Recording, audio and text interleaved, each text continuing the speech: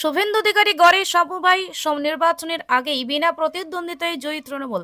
মঙ্গলবার পূর্ব মেদিনীপুর জেলার এগরা 1 ব্লকের ঋষি বঙ্কিমচন্দ্র গ্রাম পঞ্চায়েতের পুরুন্দা সমবায় কৃষি উন্নয়ন সমিতির মনোনয়ন পর্ব দাখিলের শেষ দিন ছিল। এদিন 57টি আসনের মধ্যে 43টি আসনে বিনা প্রতিদ্বন্দ্বিতায় জয়লাভ করে ঘাসফুল শিবিরের প্রতিনিধিরা। কার্যত নির্বাচনের আগেই সমবায় দখল করল রাজ্যের শাসক দলের প্রতিনিধিরা।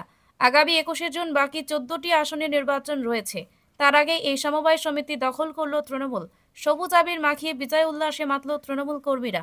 এদিন উপস্থিত ছিলেন এগরা বিধায়ক তরুণ কুমার মাইতি, এগরা 1 ব্লক তৃণমূলের সহ সভাপতি সত্য চক্রবর্তী, সমবায় দীনেশ প্রধান, এগরা 1 পঞ্চায়েত সমিতির সভাপতি অমিয় কুমার রাজ, যোগেন মাইতি, অর্ধেন্দু দাস মহাপাত্র, বীরেন মাইতি, সত্য দুলাল কর, রৌফ হোসেন, আফতার খান প্রমুখ।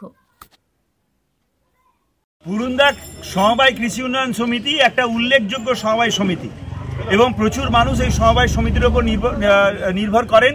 প্রচুর সদস্য রয়েছেন। এখানে মোট 57 জন ডেলিগেটের নির্বাচন হওয়ার কথা ছিল 6টি ক্ষেত্র থেকে। তার মধ্যে 5টি ক্ষেত্রে আমরা নিরঙ্কুশ সংখ্যাগরিষ্ঠতা পেয়েছি, মানে 5টি ক্ষেত্রে 43টা আসন আমরা বিনা প্রতিদ্বন্দ্বিতায় জয়লাভ করেছি। একটি ক্ষেত্রে কেবলমাত্র প্রতিদ্বন্দ্বিতা হবে, সেখানে আসন সংখ্যা 14। তো নিশ্চিতভাবে যখন নির্বাচন হবে সেখানেও আমরা জয়লাভ করব।